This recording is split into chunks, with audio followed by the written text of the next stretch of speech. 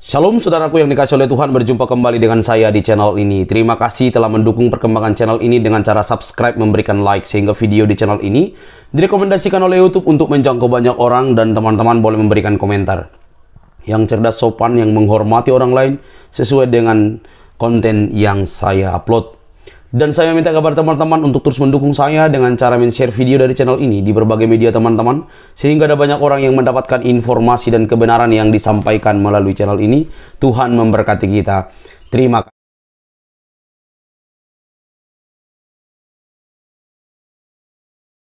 Nah, bagaimana videonya teman-teman? Saya meminta kepada teman jangan skip supaya dapat informasi yang lengkap dan pembahasan yang lebih detail. Ini dia teman-teman videonya. Kita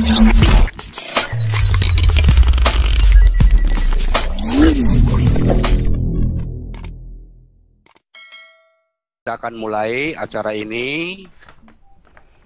Kita akan menjawab pertanyaan-pertanyaan daripada Uklim yang selalu memelintir ayat-ayat dalam Alkitab dan mengartikannya sendiri. Dengan jawaban-jawaban ini dari teman-teman, kiranya firman Tuhan dapat diberitakan dengan benar dan memuliakan Tuhan kita Yesus Kristus. Oke, untuk yang pertama, pertanyaannya seperti demikian. Apakah Yesus ciptaan karena Tuhan tidak bisa dianalogikan dengan materi? Mereka mengatakan bahwa Yesus Tuhan adalah ciptaan. Benarkah demikian? Silakan siapa yang mau menjawab dahulu, apakah Ibu Sofiatul ataupun Pak Erben? Silakan Bu Sofi. Saya lagi kumpulkan apa ini tenaga. Yesus yang pada hakikatnya sebagai firman Allah itu ciptaan atau bukan? Bukan. Bukan. Firman Allah itu tidak pernah diciptakan, karena firman Allah adalah Allah sendiri. Sekarang pertanyaannya, ketika firman itu menjadi daging, kemanusiaan diciptakan apa enggak dagingnya? Diciptakan. Iya mesti. Roh Kudus itu merah kefet.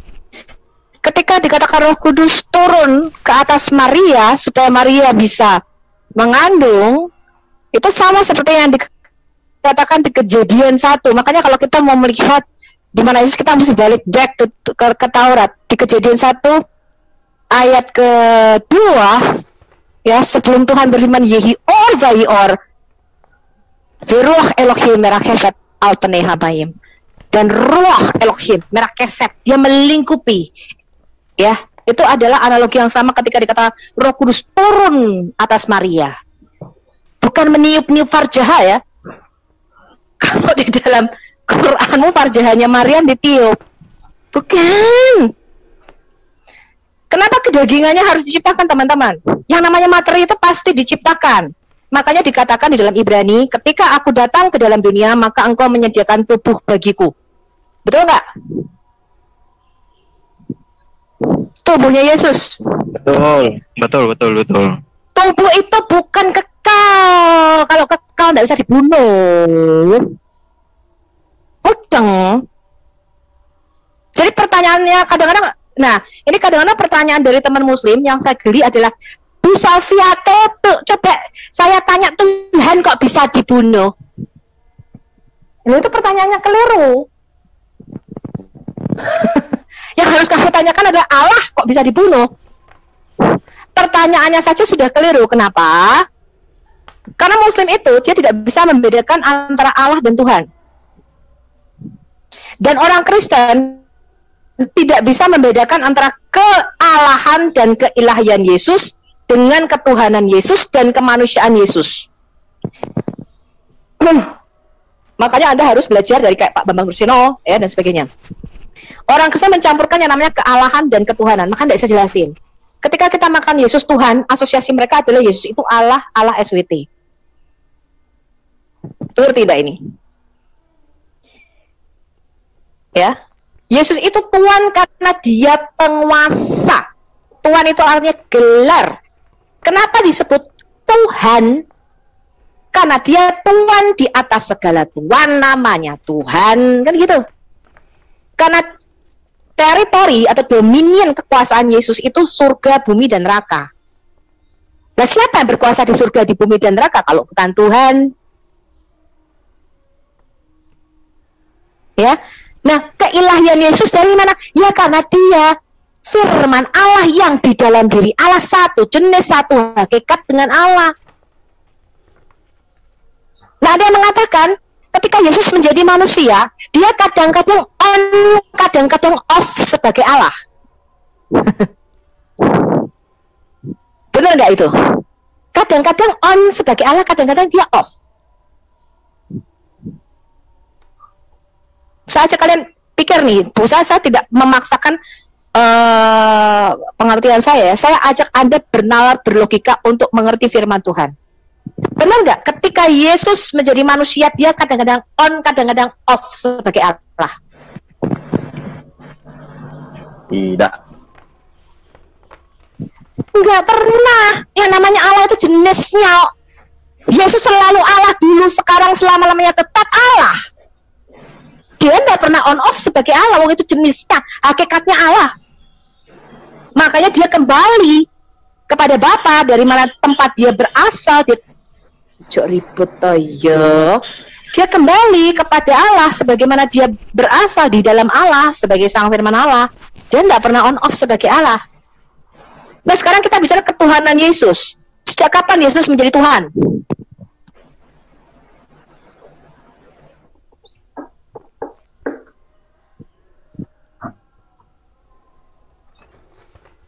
Ayo, sejak kapan Yesus menjadi Tuhan?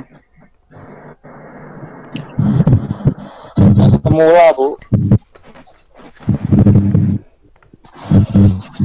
Sejak semula? Bangkit. Sejak Dia bangkit. Jadi gini, Dia itu sudah Tuhan, tapi di dimensi roh, Dia di surga. Ya, makanya ketika malaikat Gabriel berkata kepada Maria, berkata kepada para gembala, ya, berkata kepada para gembala, hari ini telah lahir bagimu Juru Selamat, Kristus, yang adalah Kyrios, Tuhan di kota Daud. Dia sudah berkuasa di dimensi roh, tapi belum di bumi. Kapan kekuasaannya di bumi diberikan kepada Yesus?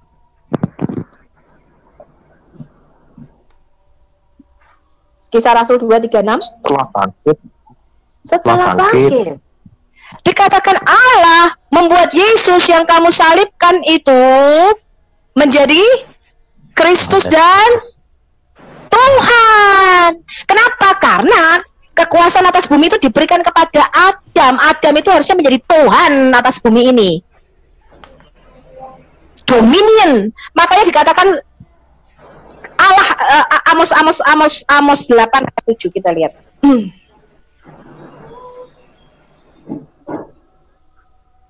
Amos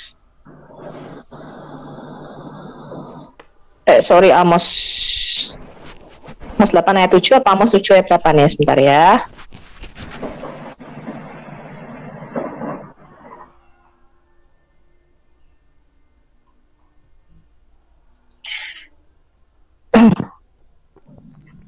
Amos 8 ayat, Tuhan tidak melakukan apapun di bumi ini tanpa Dia memberitahukan dulu kepada para nabinya. Amos berapa ya itu ya? Kok lali aku?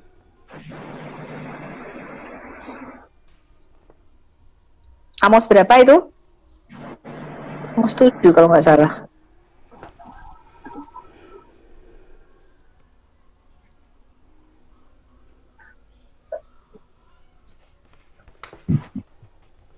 Bentar. Amos 3 ayat 7, Bu. Amos 3 ya. Ya, Amos 3. Ya, Amos 3 ayat 7. Pinter. Sungguh Tuhan Allah, the Lord God, will do nothing. Dia nggak akan berbuat sesuatu di bumi ini tanpa menyatakan keputusannya kepada hamba-hambanya para nabi. Loh, Tuhan tidak bisa melakukan apa-apa. Ingat nggak ketika Yesus kembali ke kotanya, kemudian dikatakan dia tidak dapat melakukan mujizat apapun karena tidak ada iman di antara mereka. Dan Yesus heran, kamu tuh tidak punya iman, kecuali beberapa orang yang disebutkan di situ. Ingat nggak ketika dia ke Nazaret? Dia tidak bisa lakukan mujizat loh. Why? Gak ada iman. Kenapa iman diperlukan? Karena ketika Tuhan mau melakukan sesuatu di bumi ini, dia nggak bisa trespass. Dia tidak melanggar perkataannya di Kejadian 1 ayat 26. Marilah kita menjadikan manusia menurut gambar dan rupa kita supaya mereka berkuasa menjadi tuan atas apa? Burung-burung di udara, binatang di laut, dan apa? Binatang di bumi. Tuhan tidak melakukan apa, dia tidak trespassing. Ketika dia mau nuzul ke bumi ini, dia kasih tahu para nabi-nabinya loh, nanti aku ya akan turun ke dunia, nanti aku akan lahir di Bethlehem, nanti aku akan lahir dari seorang perawan. Dia kasih tahu dulu sama nabi-nabinya. Dia tidak bisa melakukan apapun trespassing. Kenapa? Tuhan punya satu hukum-hukum. Ketika Tuhan mengatakan sesuatu karena dia seorang raja, maka semua firman yang keluar dari mulut Allah itu menjadi satu hukum yang kekal dan berkekuatan mutlak.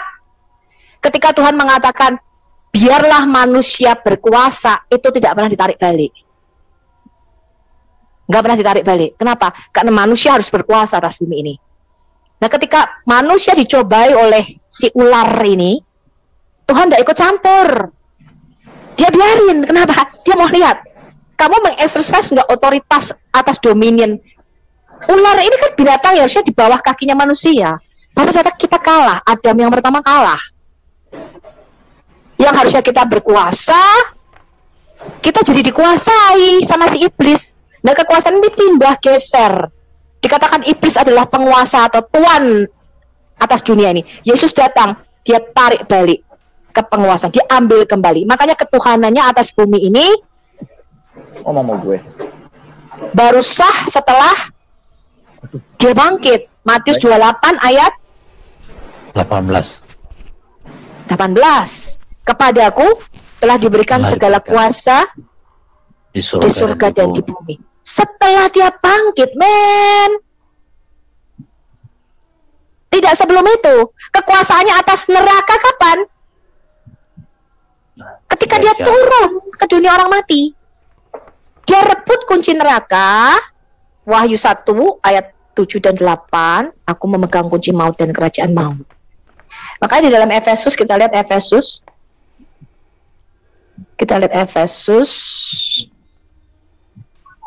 Jadi jangan bingung antara kealahan dan ketuhanannya. Kalau orang muslim, Tuhan kok bisa mati? Tuhan itu bisa mati, yang nggak bisa mati itu Allah. Filipi 2. Filipi 2 ayat 10. Kita baca dari mulai ayat 5. Filipi 2 kita baca dari ayat 5. Ya, aku baca ya. Hendaklah kamu dalam hidupmu bersama menaruh pikiran dan perasaan yang terdapat juga di dalam Kristus Yesus. Yang walaupun dalam rupa Allah. Kapan Yesus dalam rupa Allah? Dikatakan morphetheos. Who being in the form of God. Morphetheos, rupa Allah. Kapan Yesus dalam rupa Allah? Sebagai sang firman. Thought it not robbery to be equal with God. Jadi dia tidak menganggap bahwa dia tuh kesetaraannya dengan Bapa sebagai milik yang harus dipertahankan, dikatakan di situ. It's not robbery. Artinya robbery itu kayak ngerampok ya. Dia tidak dia merendahkan dirinya karena dia sang firman dalam rupa Allah. Kenapa Yesus dalam rupa Allah? Ya karena dia firman. Aslinya tuh dia tuh firman, sang firman. Ya. Melainkan telah mengosongkan dirinya, berkenosis.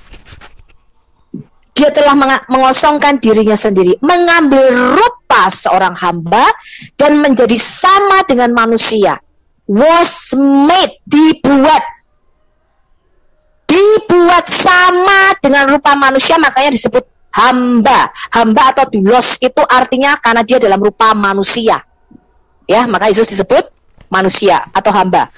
Dan dalam keadaannya sebagai manusia, dia telah merendahkan dirinya dan taat sampai mati, bahkan sampai mati di kayu salib. Itulah sebabnya Allah sangat meninggikan dia dan mengaruniakan kepadanya nama di atas segala nama, supaya apa? Dalam nama Yesus bertekuk lutut, yang ayat 10 ini perhatikan baik-baik, supaya di dalam nama Yesus bertekuk lutut. Rasul Paulus juga mengatakan di semua alam semesta ini.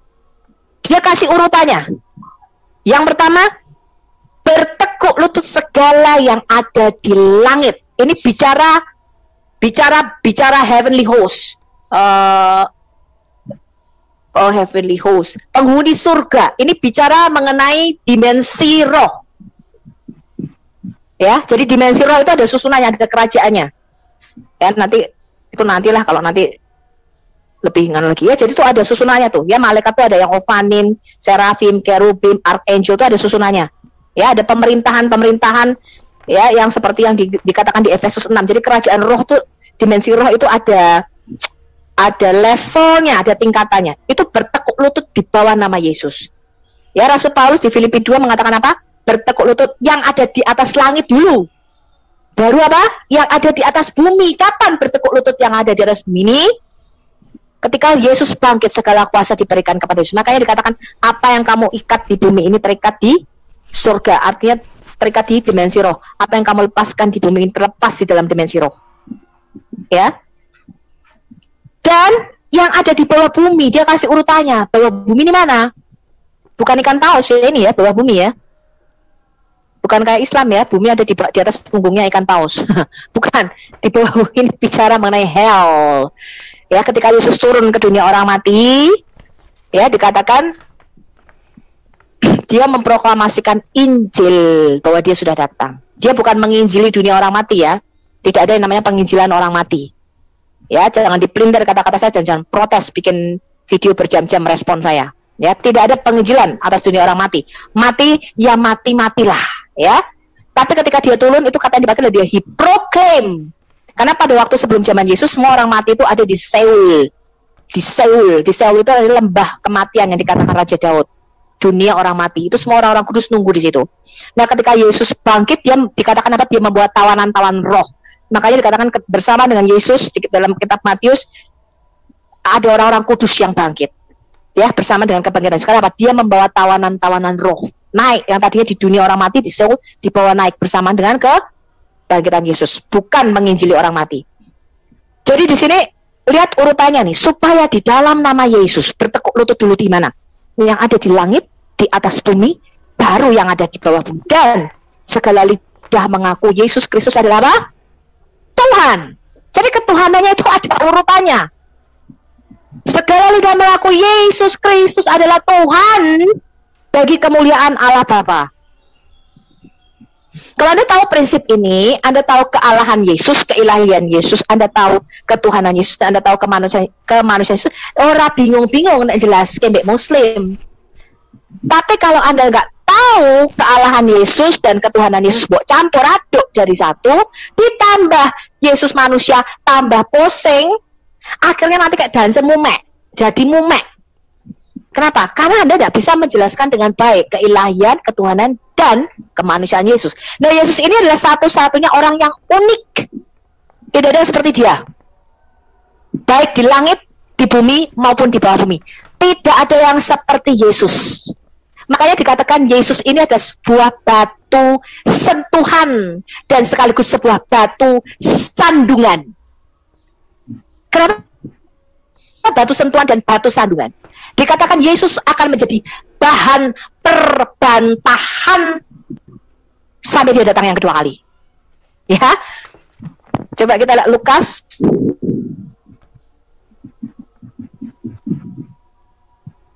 Berarti untuk apa itu Bu, untuk Yesus ini ya, antara keilahian, kemanusiaan, dan ketuhanan harus kita benar-benar notok dipahami. Kalau iya, harus kita bisa dipahami, repot. Baru inkarnasi dengan prainkarnasi. Ya, betul. Kan sebelum dia jadi manusia, dia sebagai firman di dalam diri Allah.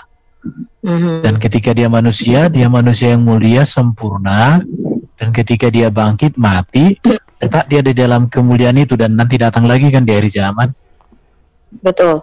Jadi yang agak membingungkan adalah kebanyakan orang tidak bisa membedakan antara keilahian Yesus, ketuhanan Yesus, dan kemanusiaan Yesus. Karena gini, Yesus itu satu-satunya yang unik. Kenapa? Dia Allah sekaligus Tuhan sekaligus manusia. Maka di dalam Alkitab kita ada yang namanya Tuhan dan Allah. Allah dan Tuhan itu beda. Iya, betul. Kalau ini tidak bisa dijelaskan, karena gini, ketika kita mengatakan Yesus Tuhan dan Allah kami, ya, Yesus Tuhan. Loh, Tuhan itu kenapa disebut Tuhan? Karena kalau kita menyebut Yesus Tuhan, kemudian Muslim pikirannya gini, oh nek Tuhan iki berarti Yesus iki Allah Subhanahu wa Ta'ala. Kan gitu Pak Erben? Ya, itu dia kesalahan mereka, Bu. Padahal ketuhanan itu bicara kepenguasaan Yesus. Kepenguasaan Yesus. Makanya mereka mumek dan mumek. Ketika Yesus disalib, apa Bapa disalib? Kan gitu pikirannya. Yes. Nah, di mumek dia karena dia blunder. Lah soalnya mereka tidak tahu namanya Allah, namanya Tuhan, namanya manusia. Lah sedangkan Yesus punya tiga-tiganya ini. Kan gitu. Jadi memang kristologi ini memang sangat tinggi, dan hanya orang yang berpikir dan memberikan hatinya kepada pimpinan Roh Tuhan. Maka tepat yang dikatakan sehat. Iya, makanya dikatakan di dalam Alkitab itu kan tidak mungkin orang mengaku Yesus Tuhan kalau bukan oleh Roh Tuhan. Betul. Nah, itu. Sangat betul. Nah, itulah. Jadi Oke, sebelum Pak Arifin menjelaskan apa yang ada di slide, saya mau menambahkan satu. Lukas 2 ayat 34. Ketika Yesus ya mau disunat ke bait suci, lalu Simeon datang. Simeon ini seorang nabi ya. Simeon memberkati mereka, berkata kepada Maria ibu anak itu, sesungguhnya anak ini ditentukan untuk menjatuhkan atau membangkitkan banyak orang, dan untuk menjadi suatu tanda yang menimbulkan perbantahan. Ya, Yesus kenapa ditentukan untuk dia menjadi batu sentuhan? Katanya Tuhan, aku meletakkan suatu batu sentuhan di Sion, tapi barang siapa yang tidak bisa menerima, dia menjadi batu sandungan. Jadi Yesus itu batu sentuhan sekaligus batu sandungan. Kamu akan kesandung kalau kamu tidak bisa mengenal siapa itu anak Allah dengan benar. Nah, Islam, Quran itu diciptakan untuk satu tujuannya, membantah kealahan dan ketuhanan Yesus. Saya kasih tahu sekali lagi, saya ulangi. Quran dan Islam diciptakan untuk satu tujuan, membantah keilahian dan ketuhanan Yesus. Jadi menjadi satu batu sandungan bagi mereka. Mereka nggak bisa paham, manusia kok dituhankan tapi Sofi. Bu Sofi apa raiso ngitung itu berkali-kali tuh di YouTube saya ya, komennya sampai saya bosan. 1 ditambah 1 ditambah 1 kok sama dengan 1? Goblok. Orang Kristen kalau ditanya ya 1 ditambah 1 ditambah 1, jawabannya selalu 3. Jangan pernah orang Kristen kalau ditanya 1 tambah 1 tambah 1 jawabannya 1, itu goblok. 1 ditambah 1 ditambah 1 jawabannya selalu 3. Ya. Nah, tetapi Allah itu bukan tambah-tambahan. Jadi kalau konsep kalian itu Allah itu bakpao, yang saya sebut dengan teologi bakpao, ada 3 bakpao di surga, bakpaunya turun 1, di surga tinggal 2 bakpao, itu baru betul. Tapi Allah di dalam Alkitab kita itu bukanlah fisik seperti yang kamu bayangkan, tidak bisa dijumlah. Allah itu roh, betul tidak Pak Erben? Yes. Makanya orang Yahudi mengatakan ensof. Ensof itu artinya tidak bisa dihitung, tidak terhingga. Jadi Allah itu namanya roh. Roh itu artinya apa? Tidak bisa kamu timbang, tidak bisa kamu hitung, makanya nggak bisa buat jumlah. Tidak bisa kamu bagi, karena dia roh. Roh itu bersifat metafisika, non-fisik. Sebagai contoh, kalau saya punya 10 bakpao, bakpao itu materi atau fisik. Saya kasih 1 ke Pak Kodek, saya kasih 1 bakpao ke Pak Erben, saya kasih 1 bakpao ke Bri Angel. Saya bagi-bagi, habislah 10 bakpaonya. Saya tidak punya lagi bakpao. Tapi kalau kepandaian saya membuat bakpao, saya ajarkan kepada kalian semua di YouTube, ada 1 juta penonton YouTube yang melihat Sofiatul membuat bakpao. Kira-kira kemampuan membuat bakpao saya berkurang apa tidak? Tidak. Nah itu loh, sesimpel itu loh teman-teman. Anda kok goblok loh, pertanyaannya kok 1 tambah 1 tambah 1 sama dengan 1. Makanya kalian tuh masuk Kristen, di Islam itu cuma diajari pertambahan. 1 kali 1 kali 1 kali 1 berapa? Ya tetap 1. Kristen sudah sampai tahap perkalian, kalian masih dalam tahap pertambahan. Masih tambah-tambahan. Ya, cuma saya tegaskan bahwa Allah itu bukan seperti yang kau bayangkan seperti bakpao, bisa mbok tambah, bisa mbok jumlah. Allah itu roh. Makanya dikatakan turunlah Roh Kudus ke 120 orang di loteng Yerusalem di Kisah Para Rasul itu. Apakah di Kisah Para Rasul ketika Roh Kudus itu masing-masing 120 orang itu mendapat cuilan-cuilan Roh Kudus? Halo. Dikatakan Roh Kudus turun ke atas mereka. Roh Kudus itu kok bisa dicuil-cuil? Kita kayak ini cuilan-cuilan Roh Kudus itu 120 orang loh di loteng Yerusalem, dikatakan mereka berkumpul 120 dan masing-masing turunlah Roh Kudus dalam bentuk lidah-lidah api atas mereka, dan mereka masing-masing penuh dengan Roh Kudus. Apa Roh Kudus untuk sak cuil? Ya itu kalau Roh Kudusnya bayangin kayak bakpao. Bukan, kenapa metafisika, dimensi roh. Dimensi roh itu tidak bisa kamu hitung, tidak bisa kamu timbang. Ya, contohnya apa? Contohnya tubuh kamu. Masa tubuh kamu bisa mau timbang, oh beratku 60 kilo misalnya. Tapi roh kamu tidak bisa ditimbang. Karena apa? Metafisika, beyond physics. Namanya dimensi roh. 6 dimensi ke atas itu tidak bisa dihitung. Kamu lihat video saya di Al Hayat Indonesia, Unlock the Battle. Dimensi ruang dan waktu judulnya. Ya, yang namanya dimensi roh itu namanya hyperdimension. 4 dimensi itu bisa diukur, termasuk waktu. 6 dimensi ke atas itu tidak bisa diukur, namanya unmeasurable. Ya, hyperdimension. Kita menyebutnya dimensi roh atau hyperdimensi. Jadi kalau ditanya, kembali ke pertanyaan, ini pertanyaannya kayak masih ngantri dan banyak. Apakah kemanusiaan Yesus diciptakan dagingnya? Saya katakan yes. Kenapa? Karena materi itu. Ya, kalau itu tidak di-create di dalam rahim Maria, maka itu tidak bisa dibunuh. Tubuhnya Yesus ini loh. Ya, makanya di Ibrani 1 dikatakan ketika aku datang ke dalam, mungkin belum Pak, coba buka Ibrani 1. Ibrani 10 ayat 5 kita lihat. Ini kayaknya antara Septuaginta sama Masoretic Text agak beda ya, mengutip perjanjian lamanya ya, Fit ya. Iya, itu di Mazmur 40. Ya, di Mazmur 40. Masoretic Text kita agak beda dengan Septuaginta. Ini kita pakai yang Septuaginta punya. Ibrani 10 ayat 5. Karena itu ketika iya ini siapa? Masuk ke dunia. Iya ini siapa nih? Masuk ke dalam dunia. Iya ini siapa? Firman toh. Sang Firman yang menjadi manusia toh, betul enggak? Yesus dia berkata apa? Korban dan persembahan tidak engkau kehendaki, tetapi engkau telah menyediakan tubuh bagiku. Jadi tubuh Yesus itu adalah bait suci. Makanya seperti tabernakel Musa, ketika Musa disuruh membangun tabernakel atau miskan, itu melambangkan tubuh Yesus, betul? Maka Yesus mengatakan, runtuhkan bait Allah ini dalam 3 hari aku akan membangunnya. Bait Allahnya itu buatan manusia, teman-teman, from the earth, dari apa namanya, bahan-bahannya, materinya dari bumi. Tetapi glory, kemuliaan Allah itu masuk ke dalam bait suci itu. Makanya dikatakan di dalam Yesus seluruh kepenuhan kealahan tinggal di dalam tubuh manusianya. Seluruh kepenuhan kealahan itu mana ya?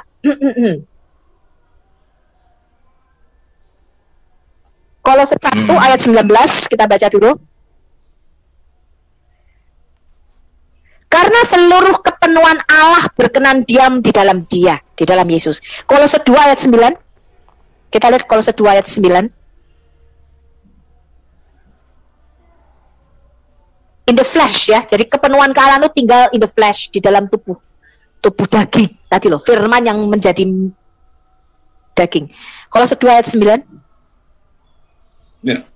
Sebab di dalam dialah, dia ini siapa? Yesus Kristus. Berdiam secara jasmaniah seluruh kepenuhan kealahan. Wow. Maka Yesus mengatakan, kalau kamu melihat aku, kamu sudah melihat Bapa. Bagaimana mungkin kamu mengatakan, tunjukkanlah Bapa itu kepadaku, Filipus. Katanya kepada Filipus. Ya, Yesus mengatakan, kalau kamu lihat aku, kamu lihat Bapa. Di dalam jasmani tubuh Yesus berdiam seluruh kepenuhan kealahan. Ya. Ini belum bicara tubuh kebangkitan atau tubuh kemuliaan Yesus. Ini kita bicara ketika dia menjadi daging. Jadi kalau bicara itu satu-satu C. Nah, kadang-kadang ketika teman-teman bicara mengenai Trinitas, itu Anda berkata gini, Bapa bukan anak, anak bukan Roh Kudus bukan Bapa, Roh Kudus bukan anak. Anak bukan Bapa, anak bukan Roh Kudus. Bapa bukan anak, Bapa bukan Roh Kudus. Trinity itu belum bicara ketika anak itu nusul menjadi firman. Trinitas itu bicara Allah itu Esa. Di dalam diri Allah yang Esa itu ada firman dan rohnya. Itu baru bicara Trinitas. Ini belum bicara Bapa bukan anak, anak bukan Roh Kudus. Itu bukan itu Trinitas, teman-teman. Itu bicara kristologi. Itu bicara ketika firman menjadi manusia, maka dia keluar dari sumbernya disebut anak Allah. Jangan blunder ya. Anda kalau menjelaskan Trinitas itu Bapa bukan anak, anak bukan roh. Bukan. Trinitas itu bicara di dalam diri Allah yang Esa itu terdapat firman dan rohnya.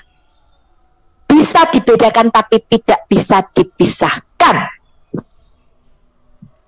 Trinitas bukan bicara mengenai keberapaan jumlah Allah, tapi bicara mengenai kebagaimanaan Allah yang Esa itu berinteraksi dengan seluruh ciptaannya melalui firman dan rohnya. Stop, jangan ditambahi. Kalau Anda bicara mengenai inkarnasi, baru bicara mengenai anak Allah, baru bicara mengenai firman yang turun menjadi manusia, baru kita bicara mengenai anak Bapa dan Roh Kudus. Mudeng. Karena kadang-kadang orang Kristen blunder menjelaskan Trinitas kok Bapa bukan anak-anak. Lah itu kan sudah 3 Allah. Kalau orang mikirnya gitu, ngerti nggak maksud saya? Mudeng nggak? Anda blunder sendiri ketika menjelaskan itu. Makanya ketika Muslim masuk, kalau dia tanya sama saya, kamu jangan sangkut-sangkutin ketika firman itu berinkarnasi jadi manusia, itu namanya kristologi. Kamu mau bicara Trinitas apa mau bicara kristologi? Kalau bicara Trinitas itu bicara hakikat Allah di surga. Jangan bicara ketika dia menjadi manusia, itu bicara kristologi, itu bicara mengenai dua nature daripada Yesus Kristus, bicara mengenai kealahan, ketuhanan dan kemanusiaan Yesus. Ojo dicampur. Ini bisa dimengerti, teman-teman.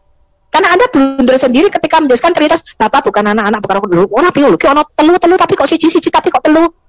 3 in 1 in 3. Kan bingung orang, teman-teman. Jangan buat gaya bingung, nanti jadinya mumek, kayak Dance Mumek. Dance Mumek tadi mengatakan, aku dulu Kristen sekarang Muslim. Kenapa? Allah itu tauhid. Tauhid itu 1. Kalau kamu Allah kan 3. Lah saya ngomong Allah 3 ki yo sinten.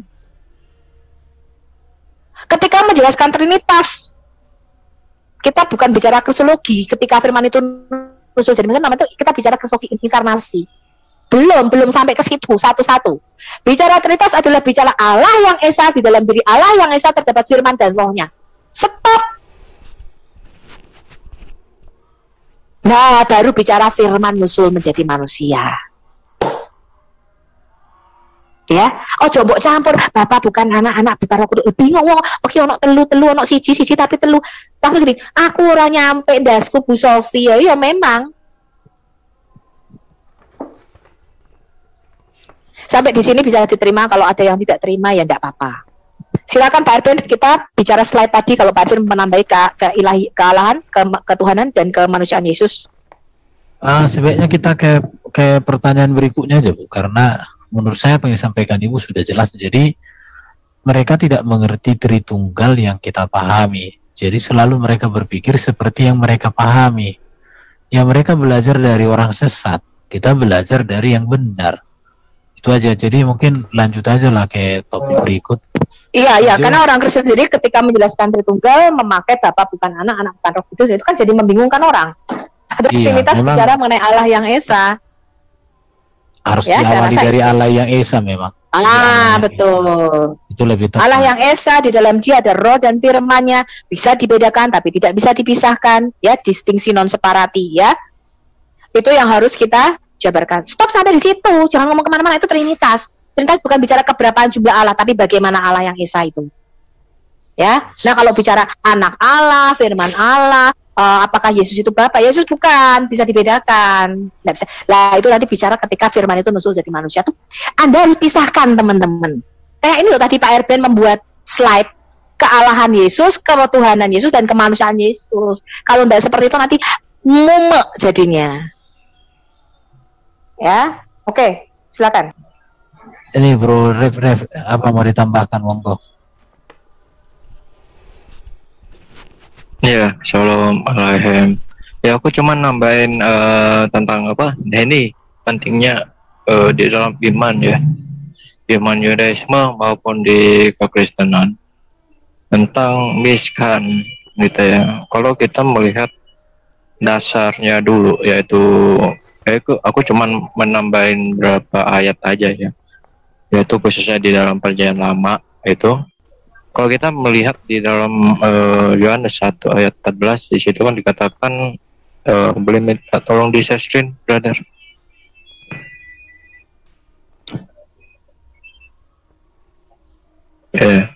Yohanes 1 ayat 14, di situ kan dikatakan bahwa tabernakel ya, Firman tabernakel. Firman menjadi daging atau manusia gitu, dan diam di antara kita, dan kita telah melihat kemuliaannya, atau yaitu kemuliaan yang diberikannya kepada sebagai anak tunggal Bapa penuh kasih karunia dan kebenaran. Kita garis bawahi dulu dengan kata kemuliaannya. Oke.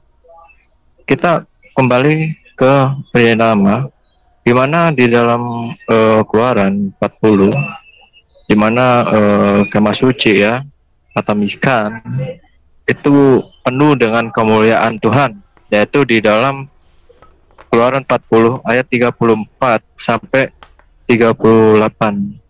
Di sini dikatakan, lalu awan itu menutupi kemah pertemuan dan kemuliaan Tuhan memenuhi kemah suci sehingga Musa tidak dapat memasuki kemah pertemuan. Rame yang nonton atas kemah itu, dan kemuliaan Tuhan memenuhi kemah suci. Apabila awan itu naik di atas kemah suci, berangkatlah orang Israel dari tempat.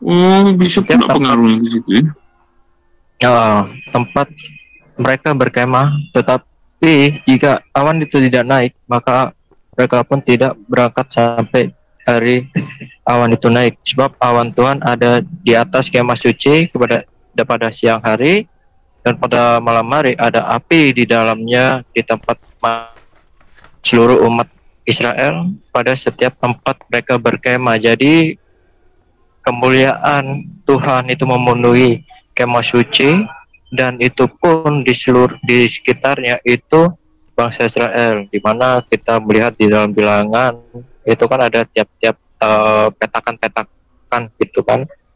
Nah, sedangkan kalau kita ini nyanyi di mana Musa sendiri itu menyatakan setiap bertemu kepada Tuhan, yaitu di ayat di pasal Ulangan 31, yaitu tentang pendahuluan nyanyian Musa berikutnya, yaitu di ayat 14 dan 15.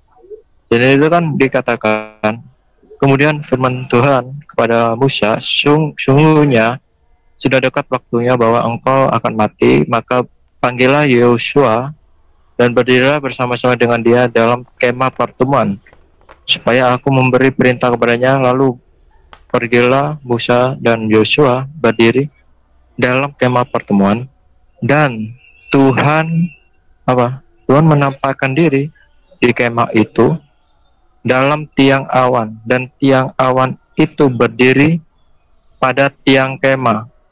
Jadi tentang Yohanes 1 ayat 14 ini berbicara tentang peristiwa tabernakel. Sebab itulah itu kan ayat itu kan sudah ditunjukkan oleh Mbak Sofi itu tadi. Sebab itulah sangatlah jelas bahwa pernyataan Yesus di dalam Yohanes 2 ayat yang ke-19 di situ dikatakan, rombak bait Allah ini dan dalam 3 hari aku akan mendirikan kembali. Dan ayat yang ke-21 ini respon pernyataan dari para rasul, khususnya Rasul Yohanes. Dia katakan, tetapi yang dimaksudnya adalah bait Allah ialah tubuhnya sendiri. Jadi di sini apabila kalau kita melihat tentang yang ayat krusial, yaitu di dalam Yohanes 14 ayat 6, di sini katakan, akulah jalan, kebenaran, dan hidup. Tidak ada seorang pun yang datang kepada Bapa kalau tidak melalui aku. Ntar aku izin share ya. Share di mana salah satu gambar yang pernah saya tunjukkan pada waktu itu ya, tentang bagian-bagian miskan, di mana miskan-miskan itu mempunyai tempat-tempat yang terdiri dari 3 bagian, yaitu yang pertama tentang jalan, terus hidup, kebenaran, dan hidup. Jadi seperti itu gambaran bahwa tubuh Yesus itu adalah miskan yang sejati. Sebab itulah sangatlah jelas di dalam Ibrani menyatakan bahwa bait Allah yang kita miliki bukan campur tangan manusia, melainkan dari Allah itu sendiri. Sebab itulah kalau kita melihat dari kelahiran Yesus, di mana Yesus sendiri itu dikandung oleh Roh Kudus. Jadi Roh Kudus itu berasal dari Allah, dan bait suci yang kita miliki itu bukan dari campuran tangan manusia, melainkan dari atas keotoritasan Allah Bapa yang ada di sorga dengan naungan Roh Kudus. Jadi seperti itu. Ini ya gambarnya. Kelihatan teman-teman? Ini ya. Ini yang dimaksud bahwa Yohanes 14 ayat 6 itu adalah salah satu di mana miskan itu adalah Yesus itu sendiri, yaitu sebagai imam besar agung atau kohanim ala olam gitu. Dan itu pun sangat sesuai dengan di dalam bilangan 10 ayat 35 serta Mazmur 110 ayat pertama sampai ayat yang keempat. Jadi ini yaitu sebagai Kohen Hagadol Laolam, imam besar agung untuk selama-lamanya. Sementara itu aja, brother. Lanjut teman-teman. Ya, kesimpulannya Tritunggal itu bukan berapa Tuhan, tetapi Tritunggal itu bagaimana Allah yang Esa itu di dalam hakikat dirinya ada firman, ada roh. Untuk tujuan keselamatan, Allah yang Esa Bapa Yahweh itu mengutus firman-Nya menjadi manusia, namanya Yesus Kristus. Dalam kemanusiaan Yesus Kristus itu, Allah memberikan kuasa di bumi di surga, kuasa mengampuni dosa, kuasa menang atas iblis, kuasa menang atas maut, dan kuasa untuk memberikan hidup yang kekal. Jadi ketuhanan Yesus berbicara ke penguasaan Yesus, bahwa Yesuslah yang berkuasa di bumi di surga. Itu dia. Kalau keilahian atau kealahan Yesus itu menegaskan bahwa dia adalah firman yang kekal ada dalam diri Allah. Kemanusiaan Yesus kemanusiaan yang sempurna, maka dia menjadi imam besar agung dan dia sekaligus menjadi kurban. Itulah kesimpulannya. Jadi berhenti mengatakan jumlah 1 tambah 1 tambah 1 berapa. Yang ingatlah bahwa Allah yang Esa memiliki firman, memiliki roh di dalam hakikat dirinya. Firman-Nya Maha Kuasa, Roh-Nya Maha Kuasa. Itu saja Pak, terima kasih. Oke, saya rasa ini udah sangat jelas sekali. Terutama saya tujukan ini kepada Dance Puyeng dan Zuma ya, yang selalu tidak mengerti di mana Yesus itu ada sisi ketuhanannya, kemanusiaannya, dan kealahannya. Semoga cuma dengan penjelasan dari teman-teman ini bisa lebih mengerti. Kita berlanjut ke pertanyaan kedua. Yesus ada apakah dari kehendak Bapa? Itu kira-kira pengertiannya bagaimana itu? Mungkin teman-teman bisa menjelaskan apakah memang benar Yesus ada karena kehendak Bapa? Begini Pak. Jadi kalau kita mau bicara tentang Yesus ini kan, pertanyaannya kan gini, bahwa Yesus itu sebagai firman kekal ada dalam diri Allah, dalam diri Bapa itu. Jadi bagaimana Yesus menjadi manusia?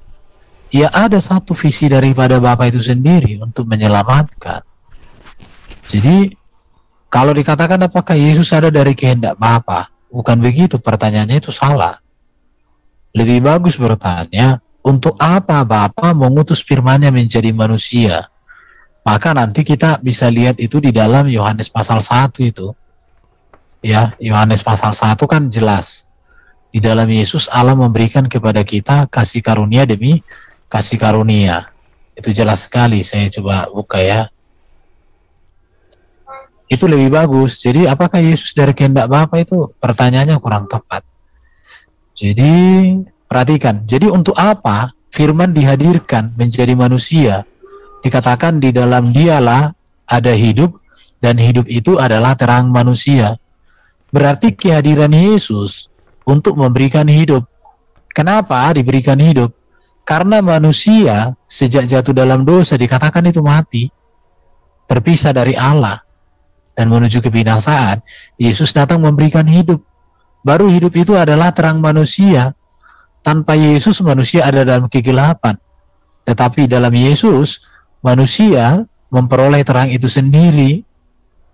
Ini kita lihat ya.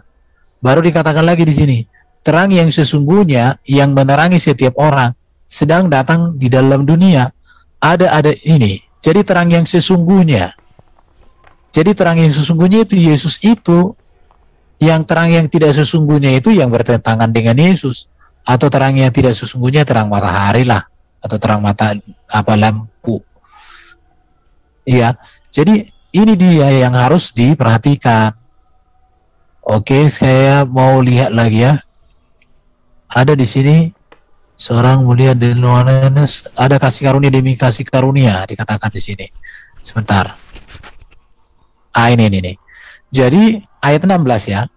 Karena dari kepenuhannya kita semua telah menerima kasih karunia demi kasih karunia. Mulai 15. Inilah dia yang kumaksudkan ketika aku berkata kemudian daripada aku akan datang dia yang telah mendahului aku, sebab dia telah ada sebelum aku. Ini perkataan oleh Nabi Yohanes. Tapi Nabi Yohanes itu sebenarnya lebih tua daripada Yesus, tetapi dia berkata dia telah ada sebelum aku. Kenapa? Karena memang Yohanes Pembaptis tahu Yesus itu firman yang kekal. Karena dari kepenuhannya, kepenuhan Kristus, keperkasaan Kristus, kemuliaan Kristus, kita semua telah menerima kasih karunia demi kasih karunia. Apa itu kasih karunia? Kasih karunia ini kan artinya ini. Sebentar ya. Jadi saya mengartikan kasih karunia itu luar biasa, artinya ini kasih karunia. Jadi kasih karunia itu sesuatu yang sangat besar, paling bernilai tinggi, paling mahal, dan itu tidak mungkin kita capai atau kita miliki dengan kekuatan atau kemampuan sendiri. Namun itu diberikan secara cuma-cuma kepada kita, yaitu apa? Kemenangan atas dosa, kemenangan atas maut, kemenangan atas iblis, pembaharuan hidup. Karena dosa kan membuat hakikat manusia rusak. Maka Yesus datang memberikan itu. Baru kita memiliki hidup yang kekal. Karena manusia mati karena dosa, tetapi Yesus datang memberikan hidup yang kekal. Inilah kasih karunia. Jadi kehadiran Yesus itu untuk menyatakan ini, maka dikatakan oleh Yesus kan, aku datang dan keluar dari Bapa untuk melakukan kehendak Bapa. Bahkan dikatakan barang siapa yang percaya kepada Allah harus percaya kepada Yesus, sebab melalui Yesuslah kita mengerti, menerima, dan mengalami apa yang menjadi kehendak Bapa itu. Jadi kalau dikatakan apakah Yesus berasal dari kehendak Bapa, menurut saya pertanyaannya itu kurang tepat. Lebih bagus ditanya, untuk apa Bapa di surga itu menghadirkan firman menjadi manusia? Dan ini juga Mesias ya. Nanti kalau kita mau berbicara tentang perjanjian janji Allah tentang Mesias, itu luar biasa lagi. Contoh kayak di Kejadian 3 ya. Ini tujuannya. Jadi banyak sekali memang kalau mau kita bahas beda satu-satu ayat ya. Banyak sekali ya. Coba kita tunjukkan Kejadian 3. Ayat 15. Ini ayat 15 ya. Dikatakan, aku akan mengadakan permusuhan antara engkau dan perempuan ini, antara keturunanmu dan keturunannya. Keturunannya akan merumukkan kepalamu, keturunan wanita. Maka Yesus itu lahir dari keturunan wanita. Tidak ada di sana benih biologis manusia. Dan dialah yang mengalahkan daripada ular, mengalahkan dosa, maut, dan iblis itu. Baru nanti kalau kita masuk lagi nanti tentang nubuatan-nubuatan tentang Yesus di dalam kitab PL itu lebih detail lagi. Nah, di situ. Itu aja dulu dari saya, teman-teman, silakan. Oke, kita apakah mau lanjutkan lagi ke pertanyaan yang ketiga? Lanjut aja, nggak apa-apa. Oke, Bro Kodek bisa membukakan Yesaya 45 ayat ke-6. Ya. Oke, saya bacakan ya. Supaya orang tahu dari terbitnya matahari sampai terbenamnya bahwa tidak ada yang lain di luar aku. Akulah Tuhan dan tidak ada yang lain, yang menjadikan terang dan menciptakan gelap, yang menjadikan nasib mujur dan menciptakan nasib yang malang. Akulah Tuhan yang membuat semua ini. Jadi teman-teman begini, dari ayat Yesaya 46 ayat Yesaya 45 ayat 6 ini, teman-teman Muslim kita, Islam kita itu menyatakan bahwa Yesus tuh di luar Tuhan karena hanya ada Tuhan, yaitu YHWH saja. Jelas nggak pertanyaannya, teman-teman? Jelas. Jadi Yesus tuh dianggap di luar Bapa.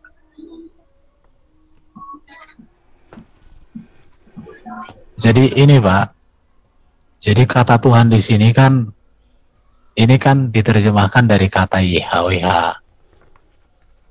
ya kan? Sedangkan Yesus itu dari kata Kurios, ya. Jadi Tuhan Yesus dengan Tuhan Allah itu beda. Ini saya sudah pernah ajari si Juma sebenarnya. Jadi Tuhan Yesus dengan Tuhan Allah itu beda artinya. Itu yang mereka tidak bisa bedakan atau tidak bisa pahami. Karena memang mereka ini kan orangnya malas berpikir. Kalau mereka bisa berpikir, maka tidak seperti itu sebenarnya. Sangat mudah sebenarnya. Ini saya kasih contoh ini. Ah ini ya. Jadi ini yang harus dipahami dulu sebentar sebelum ke sini. Ah, ini kata Tuhan. Ini harus dipahami. Jadi intinya di sini kata Tuhan ini sudah pasti ini menunjuk kepada YHWH yang dibaca dengan Adonai. Artinya itu adalah Allah Bapa itu sendiri yang kekal, memiliki firman dan roh. Sedangkan Tuhan di sini kan artinya ini kepenguasaan. Dan ini dapat dipakai kepada YHWH, kepada Yesus, atau kepada seorang yang dihormati. Jadi ini dua kata yang berbeda makna dalam konteks penerjemahan LAI. Walau hurufnya sama, hanya bentuk hurufnya. Ini besar, ini semua besar. Ada latar belakangnya mengapa demikian. Jadi kalau mau belajar Alkitab, tentu kita harus memahami dulu sejarah penerjemahan itu. Memang kita punya Alkitab itu terjemahan karena untuk kepentingan penginjilan. Kalau ditulis dalam bahasa Yunani kan ya susah. Sedangkan ditulis bahasa Indonesia aja masih salah mereka baca. Apalagi tulis bahasa Yunani. Di dalam Yesaya 45 tadi, kata Tuhan itu menunjuk kepada Bapa di surga, Sang Pencipta. Saya kasih contoh ya. Jadi ini. Contohnya ini. Kita lihat ya. Oh, gitar ya. Ini di sini ini. Oke.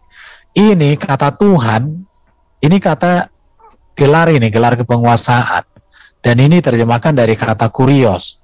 Di mana kata kurios itu dipakai kepada Theos, kepada Yesus, kepada Herodes. Jadi kalau tidak dipahami ini memang ini sudah kita jelaskan sama seperti Yesus juga ini kata Tuhan ini ke sini sama seperti bahasa Inggris Lord dipakai kepada Allah Sang Pencipta, kepada Yesus, kepada Tuhan Charles Raja. Kata Rob juga ini sebenarnya kalau dibahas lagi di kitab mereka nih, ini ada Rob kepada Firaun dan kepada Potifar. Gusti dalam konteks orang Jawa kepada Allah, kepada Yesus, kepada Prabu. Jadi sebenarnya tidak ada yang salah dengan ayat yang tadi itu. Yang salah itu adalah mereka tidak mau belajar, mereka tidak mau tahu, mereka hanya tahu berpolemik. Itu yang bisa saya jelaskan dari ayat itu. Oke, silakan lanjut teman-teman. Mungkin ada yang mau ngomong, menyampaikan. Yang lain silakan, Ibu Sofi atau yang lain.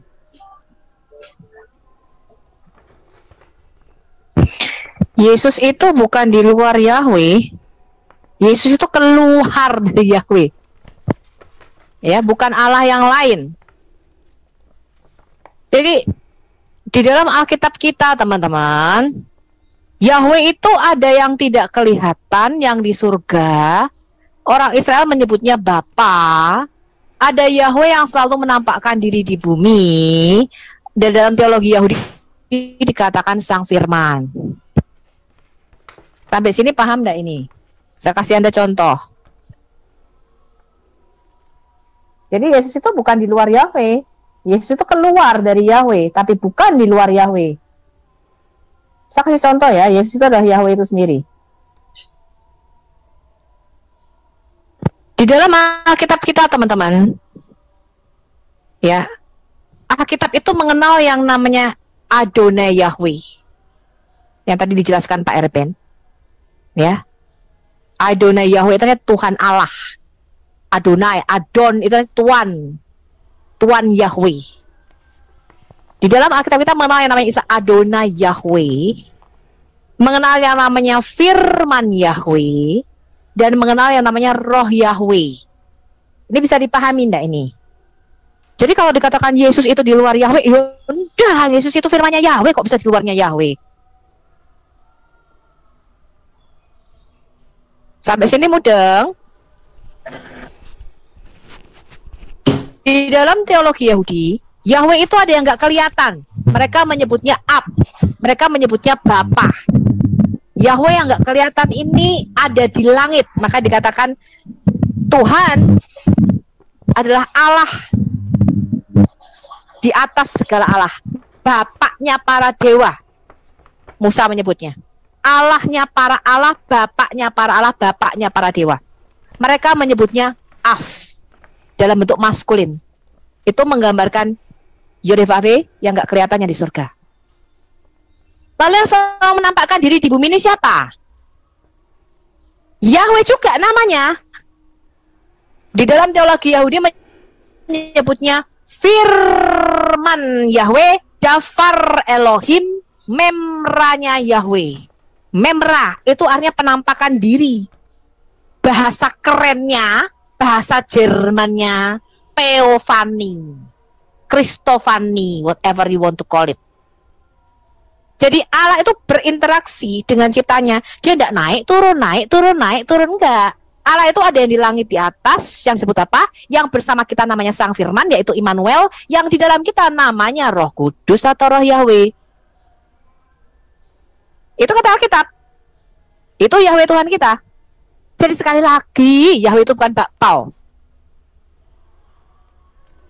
Ya, Yahweh itu bukan bakpao. Tidak bisa kamu gambarkan kalau di dalam Quran dia turun tiap sepertiga malam, naik turun di surga kosong. Kalau kita tanya ketika Allah turun ke bumi di surga kosong, Bu Sofi, ya karena Allahmu bakpao. Karena kamu menggambarkan Allah di dalam fisik. Kalau Allah di dalam Alkitab bagaimana? Allah di dalam Alkitab dia mewahyukan kepada kita, dia tidak naik turun, naik turun, naik turun. Ini sebagai contoh nih, kita kalau membaca Kejadian 18 dan Kejadian 19. Kejadian 18 itu Allah, Yahweh menampakkan diri kepada Abraham di pohon dan karbantin di Mamre. Kita lihat dulu ya, supaya Muslim kalau tidak pernah baca Alkitab. Makanya toh saya ngomong kalau Anda tuh kehilangan kitab Taurat Musa, kitab para nabi dan kitab Mazmur, ya jadinya oon permanen. Lihat nih. Ini adalah Kejadian 18. Ketika Yahweh menampakkan diri kepada Abraham di dekat pohon tarbantin di Mamre. Di dalam Quran dikatakan malaikat, tetapi kitab Taurat dengan jelas menyatakan Yahweh sendiri menampakkan diri kepada Abraham di dekat pohon tarbantin di Mamre. Abraham, ketika dia mengangkat mukanya, dia melihat 3 orang berdiri di depannya. Dan sesudah ia melihat mereka, ia berlari dari pintu kemahnya menyongsong mereka. Sujudlah Abraham sampai ke tanah setelah berkata, Adonai, Tuanku, jika aku telah mendapatkan kasih Tuanku, janganlah kiranya lampaui hambamu. Ini dalam bentuk jamak. Ya. Nah, Tuhan yang menampakkan diri kepada Abraham itu bisa duduk, bisa makan. Ini loh, makan, ini loh, makan. Lalu Abraham berkata kepada Sarah, tolong olahlah anak lembu. Waduh, makan daging sapi. Lalu dihidangkan di depan ketiga orang itu. Mereka makan. Yud-Heh-Wah-Weh ini bisa makan. Kalau Allah Subhanahu wa Ta'ala tidak bisa makan. Kemudian Yud-Heh-Wah-Weh mengatakan, nanti tahun depan ya Abraham, kamu akan punya anak dari Sarah. Dan Sarah tertawa di dalam hatinya. Loh, aku sudah tuwir, sudah menopause, masa bisa aku punya anak? Sedangkan tuanku Abraham sudah mati pucuk. Mati pucuk itu artinya sudah letoi, impoten. Sarah tertawa di dalam hatinya. Tuhan berkata apa? Kamu impoten tapi aku omnipoten, kata Tuhan. Kamu sudah impoten, tapi saya omnipoten. Tuhan berkata apa? Adakah apapun yang mustahil bagi Tuhan? Loh, Tuhan loh yang ngomong. Kok bukan ngomong adakah sesuatu apapun yang mustahil untukku? Ini ngomong siapa nih? Coba. Lalu coba kita baca dulu ya. Pelan-pelan, kita bacanya pelan-pelan. Lalu berfirmanlah Yahweh kepada Abraham. Mengapakah Sarah tertawa dan berkata, sungguhkah aku akan melahirkan anak sedangkan aku telah tua? Adakah sesuatu apapun yang mustahil untuk Yahweh? Loh, kok bukan bagiku? Ada berapa Yahweh di sini? Saya lompati, Anda baca, kita Kejadian 19 ayat 24. Kemudian Yahweh tadi yang sudah duduk makan sop sapi sama Abraham sama Sarah tadi. Yang 2 ini sudah ke Sodom dan Gomora, mau menghancurkan Sodom dan Gomora. Abraham masih bersyafaat dengan di hadapan Yahweh. Lalu Tuhan ini Yahweh yang sedang berjalan bersama Abraham menurunkan hujan belerang dan api atas Sodom dan Gomora yang berasal dari Yahweh yang di langit. Sofi, ada berapa Yahweh di sini? Ada berapa Tuhan? Ini kok ada Tuhan yang di langit, ada Tuhan yang bersama-sama dengan Abraham? Iya, karena Tuhan itu bukan bakpao. Kalau Tuhan bakpao, ketika Tuhan bersama Abraham, surganya kosong. Nanti surganya kosong bisa dikudeta sama iblis.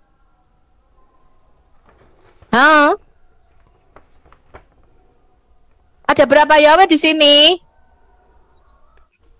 1. Hanya 1, tetapi memanifestasikan dirinya dalam 2. Orang Yahudi mengatakan Tuhan yang di langit ini mereka menyebutnya Bapa. Yang Yesus mengatakan suaranya kamu tidak pernah dengar, rupanya pun kamu tidak pernah lihat. Yohanes 1 ayat 18. Tetapi Yahweh yang di sini orang Yahudi menamakannya Sang Firman, yaitu Firman yang selalu menampakkan diri. Dafar Elohim Memra Yahweh. Maka dikatakan Yohanes 1 ayat 18, tetapi sang anak tunggal Allah yang ada di pangkuan, bukan di pangkuan ya, in the bosom itu di dalam dadanya Bapa. Bukan di pangku kayak anak-anak di pangku gitu, bukan. Sang firman ini in the bosom, di dalam dada, inside of God. Sang anak ini keluar nuzul menampakkan diri kepada Abraham. Sang firman inilah yang disebut Dafar. Ya, jadi dia bukan di luar Yahweh, dia itulah firman-Nya Yahweh. Di dalam Alkitab kita itu ada yang namanya Adonai Yahweh, ada yang namanya firman Yahweh, ada yang namanya Roh Yahweh. Kita buka Yesaya 48 ayat 16. Yahweh berkata begini, mendekatlah kepadaku dan dengarlah ini dari dahulu tidak pernah aku berkata dengan sembunyi dan pada waktu hal itu terjadi aku ada di situ. Dan sekarang Adonai Yahweh mengutus Yahweh dan Roh Yahweh.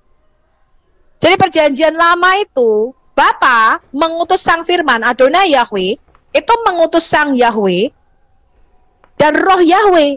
Di dalam perjanjian baru firman Yahweh mengutus Roh Yahweh. Bapa mengutus Roh Yahweh di dalam nama Sang Anak, yaitu Yesus Kristus. Jadi dalam perjanjian lama Roh Yahweh dan Adonai Yahweh mengutus firman Yahweh. Perjanjian baru Adonai Yahweh yaitu Bapa dan Sang Firman mengutus Roh Kudus. Kok begitu? Ya memang begitu Alkitab kita. Allah kita bukan kayak Allahmu. Memang beda. Allahmu tidak punya roh kok. Allah SBT kan tidak punya roh. Spirit is not one of the attribute of Allah Subhanahu wa ta'ala. Roh itu bukan salah satu atributnya Allah. Roh itu ciptaan, kata kalian. Nah, Allah kita bukan. Allah kita itu roh. Beda konsepnya. Jangan disama-samakan. Nanti kamu mumek. Kalau disamakan nanti bisa jadi mumek kayak dance mumek. Karena tidak kenal konsep ini. Dia tidak tahu bahwa Yahweh yang di dalam Alkitab itu beda dengan Allah Subhanahu wa ta'ala. Beda. Allah turun tiap sepertiga malam. Ketika Allah turun surga kosong. Kecantol di lantai, di lantai. Kecantol di langit pertama Allahnya.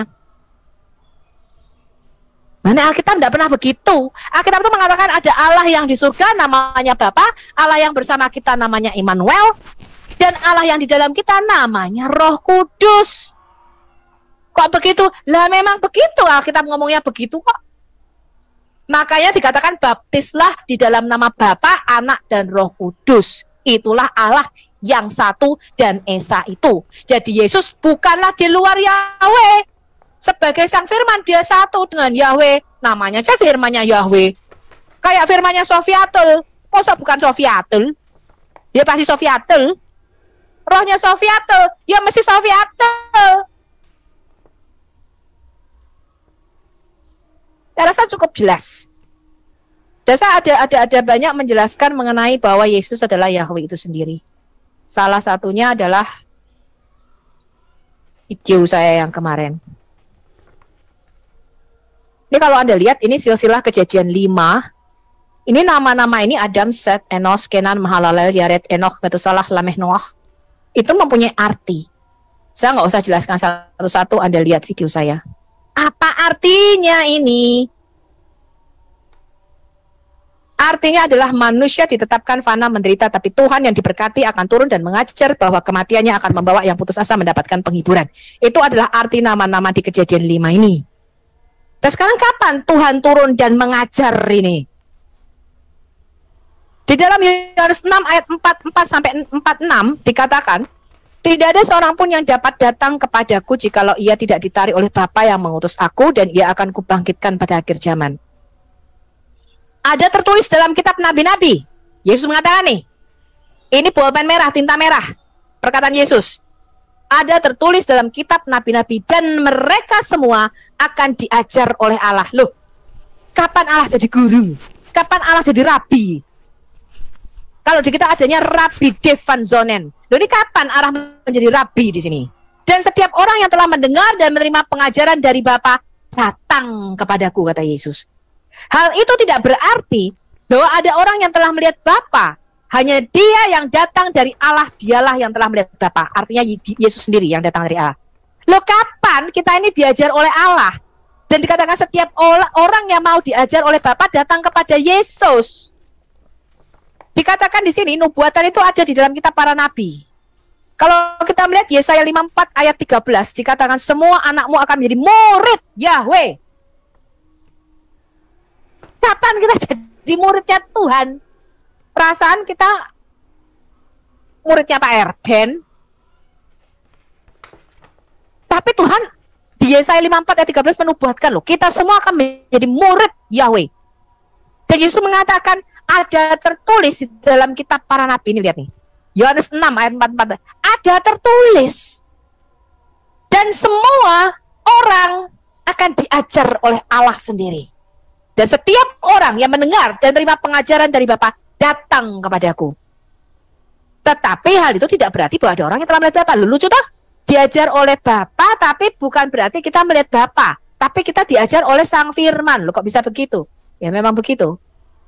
Makanya di Matius 28 ayat 19 sampai 20, karena itu pergilah jadikanlah semua bangsa muridku, kata Yesus, dan baptislah mereka dalam nama Bapa, Anak dan Roh Kudus, dan ajarlah mereka melakukan segala sesuatu yang telah kuperintahkan kepadamu. Itulah namanya kita menjadi muridnya Yesus. Murid Yesus itu artinya muridnya Yahweh. Ini teman-teman bisa melihat korelasinya nggak ini? Bisa. Bisa ya. Ini video ini Anda cari di Al-Hayat Indonesia, Unlock the Bible, playlistnya seri 25A, silsilah kejadian 5. Jadi Tuhan itu sudah dinubuatkan akan turun dan mengajar. Dan kita semua akan jadi muridnya Tuhan, nih loh, murid Yahweh. Maka Yesus mengatakan apa? Jadikanlah semua bangsa muridku. Bukan muridnya Nabi, ono. Makanya kalian mengatakan, Kristen pengikut Paulus. Orang ono, kita itu muridnya Yesus. Masa di sini ada yang mengatakan muridnya Paulus? Makanya Paulus mengatakan jangan ada yang berkata aku dari golongan Paulus, aku dari golongan Petrus, aku dari golongan. Jangan, kita semua ini satu, muridnya Yesus, muridnya Tuhan. Makanya inilah Yahweh yang turun sendiri mengajar kita. Makanya Yesus tadi mengatakan apa? Ketika Yesus mengajar, pengajarannya itu bukan keluar dari dirinya sendiri. Maka Yesus katakan, segala perkataan yang aku katakan kepadamu bukan berasal dari diriku sendiri, melainkan dari Bapa yang diam di dalam aku. Karena itu ketika kita diajar oleh Yesus sama dengan kita diajar oleh Tuhan itu sendiri. Lewat Sang Firman-Nya yang nusul jadi manusia. Ini baru satu bukti, saya bisa buktikan lainnya tapi waktunya nggak cukup.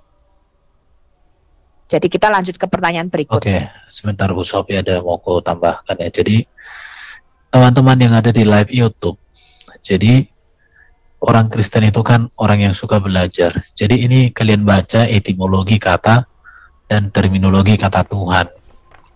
Itu dipakai dari kata Melayu Tuhan. Itu oleh Ensiklopedia Gereja tahun 1976. Ya. Jadi kami tidak berpedoman kepada KBBI. Kenapa? Karena KBBI itu bro, kawan-kawan semua lihat ya. Ada 5 edisi KBBI. Edisi pertama merupakan edisi paling awal. Tepat ketika KBBI diterbitkan untuk pertama kali dalam Kongres Bahasa Indonesia ke-5, 28 Oktober 1998.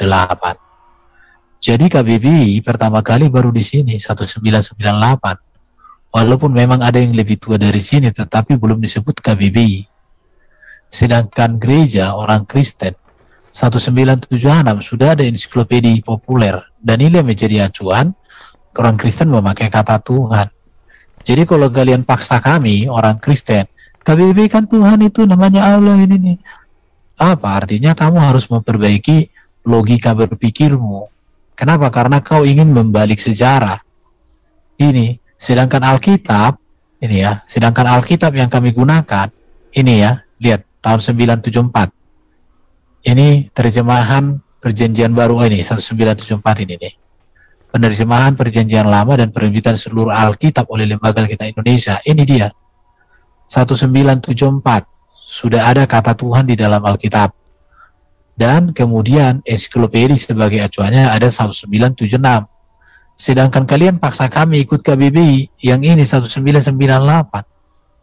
Ya, ini menurut saya satu hal yang sangat bertentangan dengan fakta sejarah. Di situ kawan-kawan semua. Jadi karena ada tadi lihat orang chat di Erben itu, kenapa kalian gak ikut KBBI? Lihat dong tahun sejarah ini. Jadi berteologi itu harus memperhatikan sejarah, konteksnya. Kami punya kitab itu yang selalu berkaitan dengan sejarah, tidak seperti kitabmu. Kalau dibawa ke dalam sejarah ya ampun-ampun. Itu menurut saya dari saya dulu, supaya ada informasi yang harus mencerdaskan. Ada yang resen ini. Silakan Dev. Ya, tentang Yesus adalah Tuhan. Ya. Apakah pertanyaan seperti itu, Pak John? Atau gimana? Biar Yesus di luar Tuhan, Pak David. Nah, ini sebenarnya kesesatan berpikir ya, bahwa mereka ini kan sesungguhnya kan tidak bisa membedakan apa itu Allah dan Tuhan itu. Justru ya saya setuju ya yang dijelaskan oleh Pak Erben tadi, bahwa Tuhan itu adalah suatu gelar penguasaan gitu. Nah, kalau kita melihat bahwa kalau misalnya mereka ini kan menyangkal bahwa Yesus kan bukan Tuhan gitu kan. Padahal kalau kita melihat di dalam Injil sinoptik, yaitu khususnya Injil Yohanes, ini saya memakai ayat yang berbeda, yaitu di dalam Yohanes 8 ayat yang ke-58 itu sangat jelas gitu. Before Abraham was, I am. Gitu. Jadi dengan istilah seperti ini bahwa Yesus menyatakan dirinya itu memang sudah ada gitu. Nah, bagaimana dengan gelar penguasaannya? Gelar penguasaannya itu ada di dalam Mazmur 72 ayat yang ke-17 beserta di dalam Yesaya 52 ayat yang ke-13. Nah, ini sekaligus menjawab ya tuduhan-tuduhan jangankan dari pihak mereka, pihak Yudaisme sendiri juga kebingungan dengan istilah nama God and Lord gitu. Dan kalau kita melihat berdasarkan Midrash Tanhuma itu sendiri, bahwa Mesias itu melebihi dan bahkan ditinggikan melebihi Abraham, Ishak, dan Yakob. Dan itu pun kalau di dalam Eka Rabbah itu sendiri, bahwa what is the name of the King Messiah, he is his name, yaitu Adonai his name, Tuhan namanya. Maka dari itu apabila kita mengkorelasikan bahwa Yesus memang itu adalah nama kemanusiaannya, tapi pada dasarnya itu adalah Sang Firman. Sebab itulah kalau kita melihat dari pemaparan Mbak Sofi tadi ya tentang Kejadian 19 ayat 24, itu adalah Memrah Yahye gitu. Jadi firman Adonai atau Memrah Adonai atau Memrah Yahweh ya, yaitu Yahweh. Jadi sangat jelas bahwa firman itu memang pada dasarnya kalau kita dalam nama itu bersifat seperti apa, menampakkan diri, namanya apa ya, Theophany. Terima kasih Pak. Jadi sangat jelas bahwa kalau kita melihat di dalam Keluaran 3 ayat ke-14, nah inilah salah satu pernyataan Yesus sendiri, di mana Yesus menyatakan bahwa I am itu berkaitan dengan Keluaran 3 ayat 14. Ya, ini yang salah satu yang pernah membeledakkan pikiran para kaum Yahudi. Sebab itulah Yahudi secara respon ingin merajam Yesus gitu. Kalau kita melihat di dalam Targum ya, memang saya tidak mempercayai Targum. Pada dasarnya memang Targum sendiri yaitu dari mereka sendiri ya, bahwa firman itu adalah membra yang menyatakan dirinya ketika di Gunung Horeb, yaitu bertemu dengan Musa itu di dalam Kejadian Keluaran 3 ayat 14. Jadi seperti itu.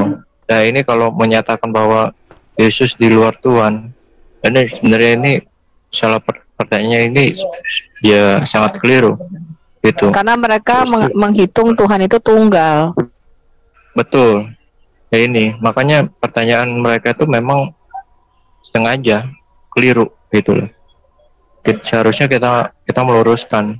Harusnya Yesus itu kan nama kemanusiaannya, tapi pada dasarnya itu adalah sang logos atau sang membra yang berdiam diri di dalam diri Allah. Sebab itulah Yohanes sendiri di dalam Yohanes 1 ayat 1 menyatakan bahwa pada mulanya ya, atau permulaannya adalah firman gitu. Jadi sebelum dunia dijadikan itu firman itu selalu bersama-sama dengan Allah, karena firman itu ada di dalam diri Allah itu sendiri gitu. Jadi firman dan Allah tidak dapat dipisahkan, namun dapat dibedakan. Nah, saya juga menunjukkan ya tentang di mana pernyataan Yesus sendiri dengan pernyataan dari Yohanes 8 ayat 58, yaitu berdasarkan Targum Jonathan sendiri, itu adalah Adonai, Yahweh itu sendiri yang menyatakan. Maka dari itu dalam tradisi Yahudi sendiri kan, kalau di Soferim ya, Soferim itu kan menulis ayat tersebut itu kan selalu mencuci badannya gitu, mencuci, bahkan melakukan tefillah mau ibadah ya itu ya, dan itu pun melakukan tradisi-tradisi yang begitu panjang, begitu ribet gitu ya. Nah, setelah itu melakukan itu semua dari apa yang mereka lakukan, maka dari itu langsung menulis dan melanjutkan ayat yang ke-14 itu, karena itu adalah pernyataan agung, pernyataan kados gitu. Maka dari itu orang Yahudi menyebutnya itu Hagados Baruku itu, karena ayat yang ke-14 itu adalah pernyataan yang kudus. Pada itu sangatlah ketat untuk menulisnya maupun mengucapkannya. Maka dari itu apabila Yesus secara jelas menyatakan, yaitu di dalam Yohanes 8 ayat 58, itulah, maka dari itu Yahudi secara respon menyatakan bahwa dirinya itu adalah Adonai, Yahweh itu sendiri. Jadi cuman itu aja sih sementara dari saya, dan itu pun pertanyaan dari mereka, ya mohon maaf itu agak sedikit keliru untuk bertanya. Seperti itu sih Pak. Terima kasih. Aku tambahin sedikit ya, bisa lihat share screen saya nggak? Jelas Bu. Jadi kalau ada orang yang mengatakan, Muslim itu seheran tidak bisa membedakan antara Rob dengan ilah. Ini jelas, ini adalah surat Anas, surat 114 ya, surat terakhir di dalam Quran. Kalau dikatakan sini ada Rod, ini ada kata birabi ini loh. Kelihatan ya, ini Rab. Diterjemahkan di dalam Quran bahasa Indonesia menjadi Tuhan. Ya, jadi kata Rob di sini juga artinya Tuhan ya. Yeah. Bukan Tuhan, tapi Tuan. Rob. Oke ya, berarti untuk teman-teman Kristen dan teman-teman Muslim yang menonton ataupun di live chat, ini sudah jelas ya, bahwa Yesus itu bukan di luar, tetapi keluar dari Allah, seperti yang dijelaskan oleh Ibu Sofi maupun Pak Erben, terutama untuk Juma belajar lagi ya di kau supaya pandai. Kemudian kalau kamu tidak mengerti arti kata Tuhan, kamu bisa belajar dari Ibu Sofi ataupun dari Pak Erben, atau kamu bisa baca di Wikipedia arti kata Tuhan supaya pinter gitu loh. Oke, saya lanjutkan ya pertanyaan yang keempat ya, Mas Bro bisa bukakan Mazmur 33 ayat 9. Ya, saya bacakan ya. Sebab dia berfirman, maka semuanya jadi. Dia memberi perintah, maka semuanya ada. Teman-teman muslim mengatakan bahwa seperti demikian. Jadi tidak dari ayat tersebut, mereka mengatakan tidak ada data firman itu menjadi Yesus. Oke. Gini Pak John ya. Ini kan kitab Mazmur. Kitab Mazmur ini kalau kita melihat di sini bersorak-sorak lah 33 Mazmur Daud kan ini kan. Artinya ini ada di dalam zaman Daud. Jadi memang Daud di sini kan berkisah tentang bagaimana alam semesta diciptakan dengan berfirman. Itu yang mau dikisahkan. Sedangkan firman menjadi manusia, berarti jaraknya dari sini sekitar 700 tahun lebih. Di situ ya. Jadi kembali lagi memang mereka tidak pernah memahami yang namanya teks dan konteks ini ya. Jadi sangat sayang sekali memang mereka ini. Jadi ini zaman Daud. Daud itu berarti sekitar 700 tahun lebih ya. 700 tahun.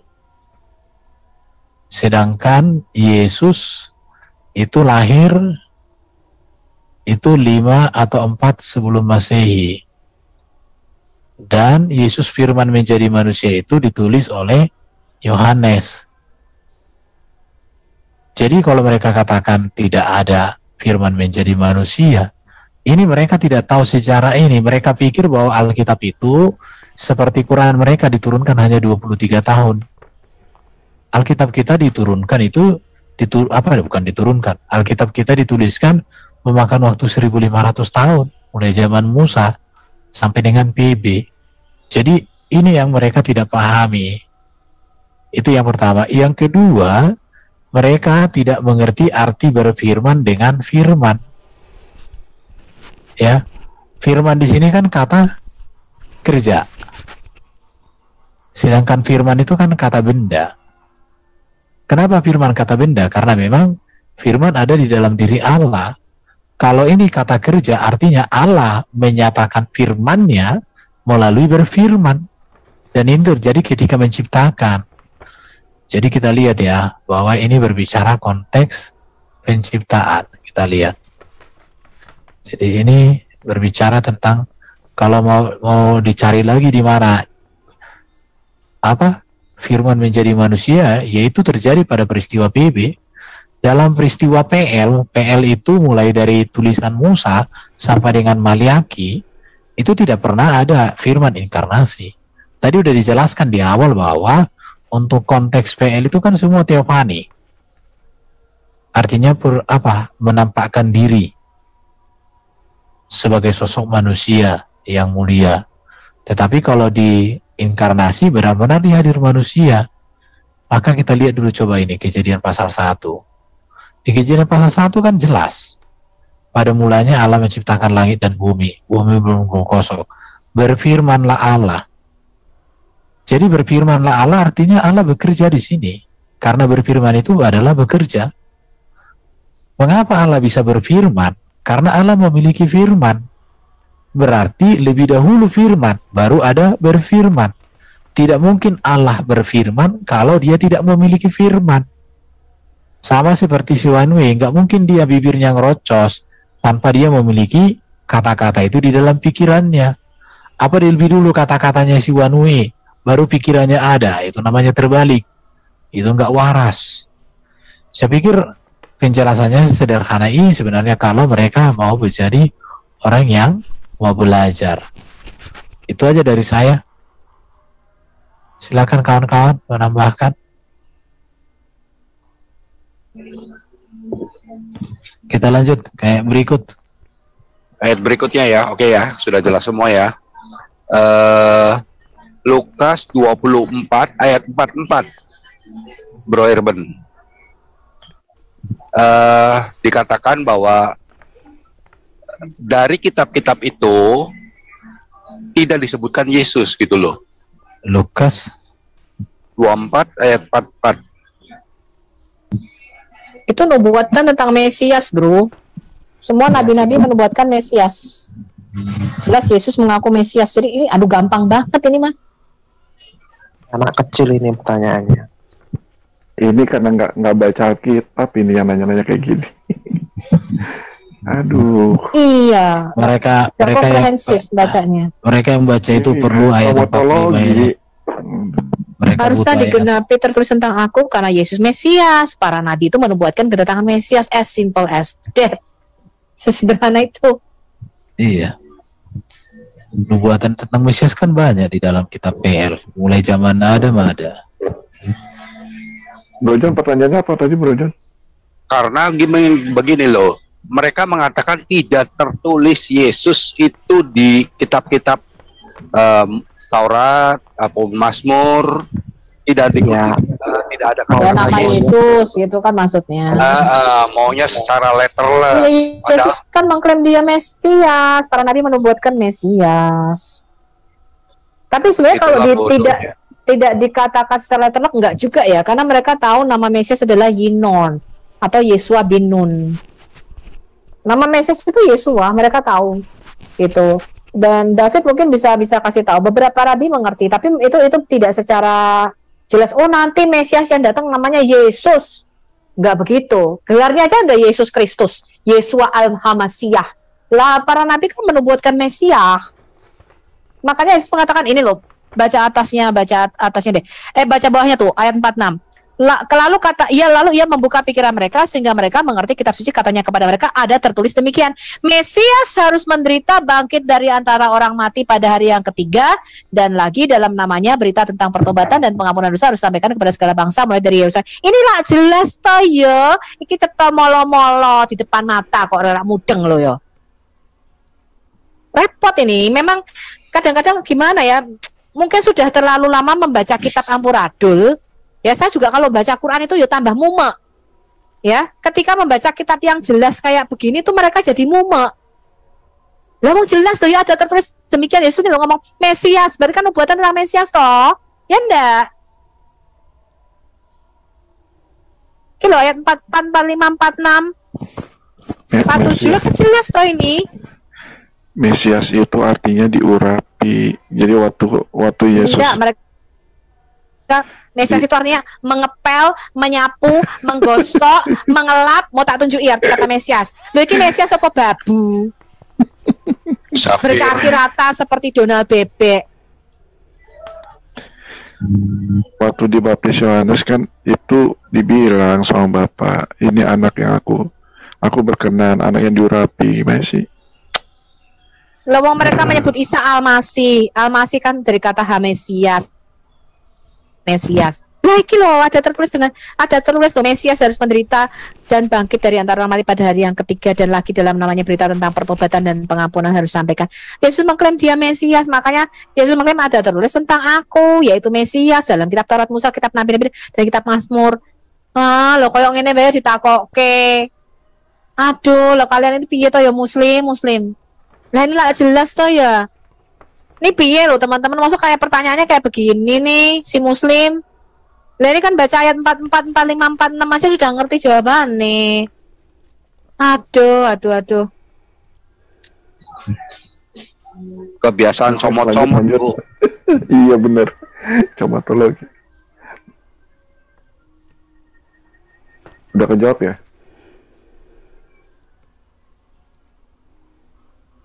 Baca kayak gini aja kalian nggak bisa mengerti ya, kita repot loh nih teman-teman ya. Ini bahasa sederhana loh. Nubuatan tentang kedatangan Mesias itu ada kurang lebih 350 di dalam Alkitab Perjanjian Lama kita. Dan para rasul di dalam Alkitab Perjanjian itu meneguhkan Mesias sudah datang. Makanya di Kisah Rasul 2 Petrus berkhotbah mengatakan Yesus yang kamu salibkan itu telah dibangkitkan menjadi Tuhan dan Mesias, menjadi Tuhan dan Kristos. Kristos itu kan bahasa Yunani dari Mesias. Kan jelas toh yo. Nggak ada iso bocor kayak gini yo repot loh iki. Bener-bener repot loh kita.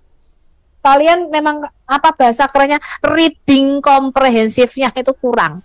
Soalnya biasanya baca kitab ampuradul. Antara ayat atas sama ayat bawah nggak ada hubungan nih. Tak tanyai, buatin buah zaitun, buah kedondong, buah selasih itu hubungannya apa? Nggak ada hubungannya Bu Sofi, itu yang atas sama yang bawah memang nggak ada hubungannya. Makanya yo bingung. Ketika kalian sudah membaca kitab buatin buah zaitun, demi kuda berlari terengah-engah, terus baca Alkitab, yo mesti wae mumak. Mesti mumak, ya kan? Iya. Kan kebiasaan Bu menghafal, terus IQ-nya IQ gorila Bu katanya. Oke, Pak Timothy lanjut Pak. Enggak ada lagi. Lanjut. Oke. Matius 4 ayat 1 sampai 11, Bro Herben.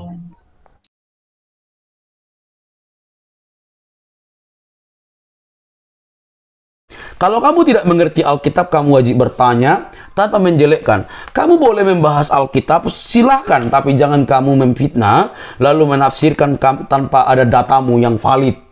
Itu bahaya, ya. Itu memperkeruh suasana. Jadi, teman-teman yang dikasih oleh Tuhan, mari nilai dengan baik. Dan kamu boleh membahas Alkitab, tapi jangan sesuka hatimu. Karena kamu tidak mengerti apapun. Kamu tidak memiliki ilmu hermeneutik untuk mengartikan Alkitab itu sendiri. Jangan lupa teman-teman untuk mendukung channel ini dengan cara subscribe, like, komen, dan share. Sampai di sini. Bye-bye.